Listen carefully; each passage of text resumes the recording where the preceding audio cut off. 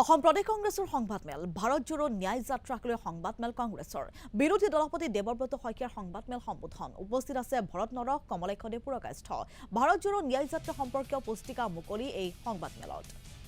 989180202824 নম্বৰত miss call দিলে ন্যায় যোদ্ধা হিচাপে পঞ্জীয়ন হ'ব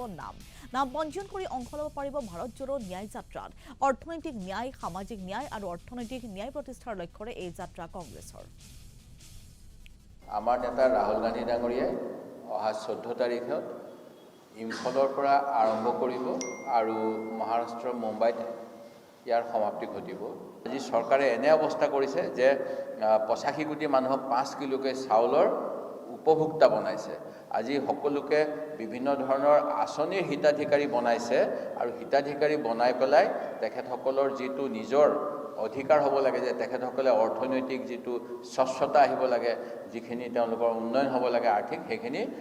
যি কাঢ়ি লোৱা হৈছে। এই ন্যায় যাত্ৰা ভাৰত জোড়ো ন্যায় যাত্ৰা ওলোৱাৰ প্ৰধান উদ্দেশ্যটোৱে হৈছে যোৱা 10 বছৰ বিজেপি চৰকাৰে বিশেষকৈ প্ৰধানমন্ত্ৰী নৰেন্দ্ৰ মোদীৰ নেতৃত্বত যিটো 10 বছৰীয়া যিটো কাৰ্যকাল এই কাৰ্যকালত আমাৰ দেশত বিশেষকৈ